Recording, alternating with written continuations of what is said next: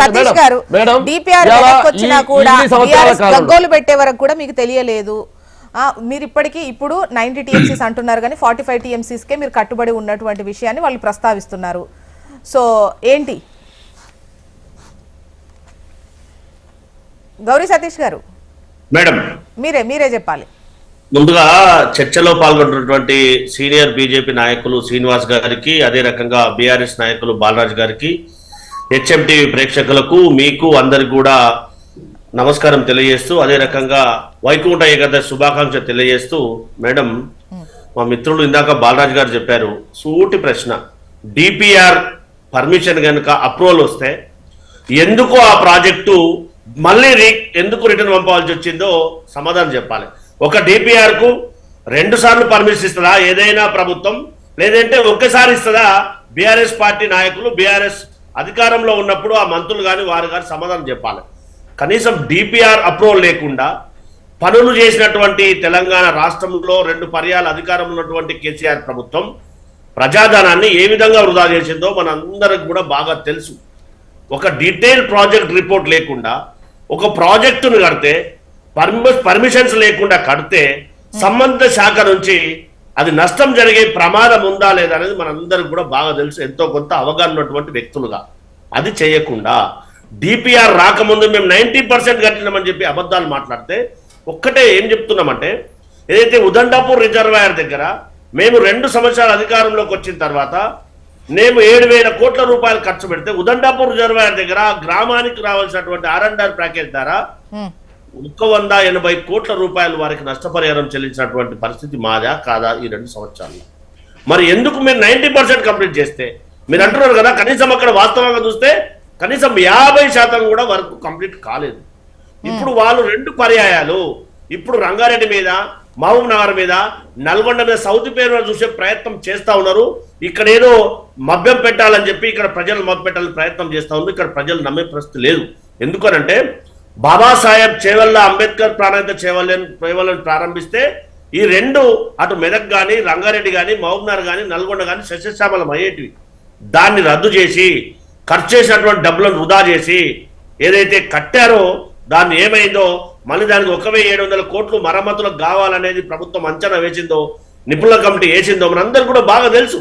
ఏదైతే ఇందాక మా బాలాజీ గారు చెప్పారో, ఉమ్మడి ఆంధ్రప్రదేశ్ ఉన్నప్పుడు నీట్ల విషయంలో కానీ, ఉద్యోగాల విషయంలో కానీ, నిధుల విషయంలో కానీ తెలంగాణ రాష్ట్రానికి అన్యాయం జరుగుతుంది. కాబట్టి మనకు నీళ్లు, నిధులు, నియామకాల పేరుతోటే మనం తెలంగాణ రాష్ట్రాన్ని సాధించుకున్నాం.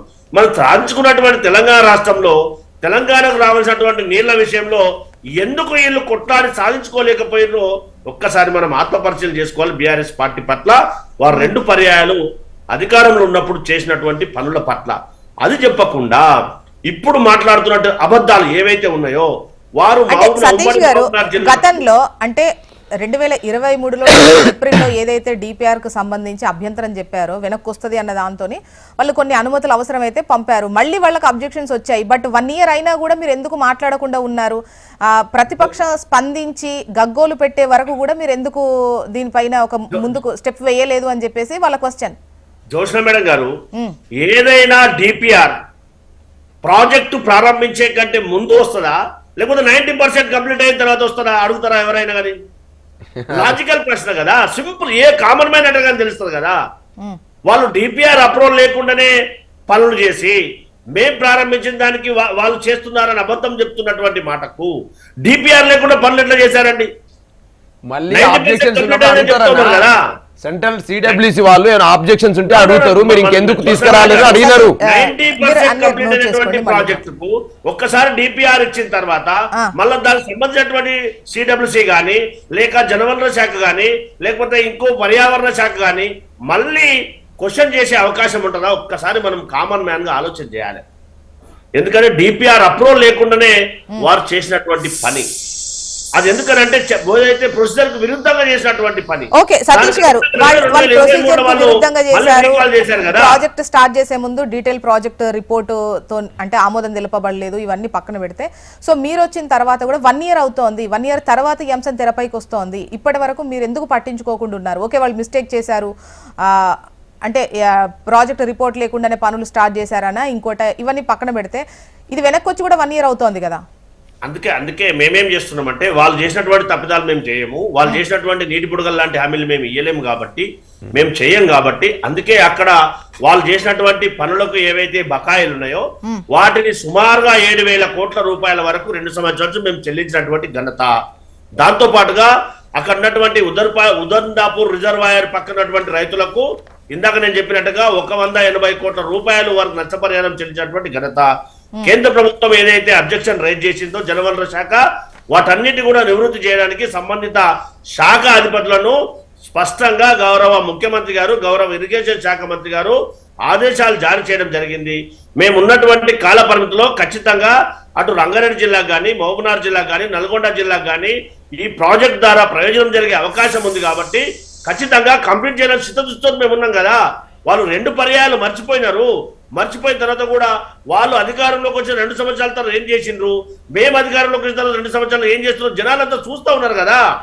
అది కాకుండా ప్రత్యక్షంగా కనిపించేది కాకుండా వాళ్ళు అబద్ధాలు మాట్లాడితే మనం ఏం చెప్పగలుగుతాం చెప్పండి. ఒక అబద్ధాన్ని పర్సెప్షన్ క్రియేట్ చేసి వాళ్ళు చేయట్లేదు అని చెప్పి అబద్ధం చెప్పే ప్రయత్నం చేసి జనాలు నమ్మే అవకాశం లేదు కదా. అందుకే మేమేం చెప్తున్నామంటే ఖచ్చితంగా పాలమూరు రంగారెడ్డికి సంబంధించినటువంటి అన్ని అనుమతులు వీలైనంత తొందరగా తీసుకోవడానికి ప్రజా ప్రభుత్వం ప్రయత్నం చేస్తా ఉంది. దాంతో పాటుగా ఆ ప్రాజెక్టు సతీష్ గారు, ఈ 45 టీఎంసీలకు సంబంధించి మీరేమో 90 టీఎంసీలకు కట్టుబడి ఉన్నామంటున్నారు, కానీ 45 టీఎంసీలకు ఒప్పుకున్నట్టుగానే చెబుతున్నారు. అంటే ఏంటి అంటే ఈ తాత్కాలికంగా ఒప్పుకోవడమా? దీనికి సంబంధించి ఏంటి మీ సమాధానం?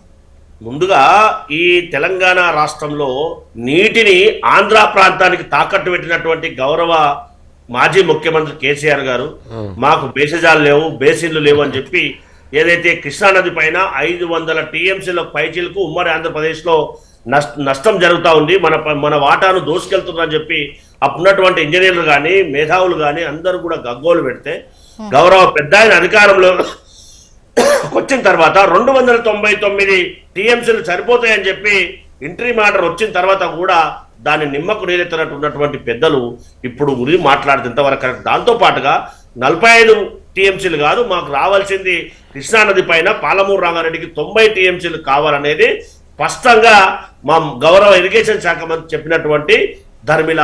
అది మనకు స్పష్టంగా వివిధ పత్రికల్లో మీ దగ్గర కూడా ఉన్నటువంటి ఎవిడెన్స్. అది కాకుండా ఒక పేరా చదివి ఇంకో పేరా చదవకుండా ఏదైతే మభ్యపెట్టే ప్రయత్నం చేస్తుండ్రో ఈ సమాజం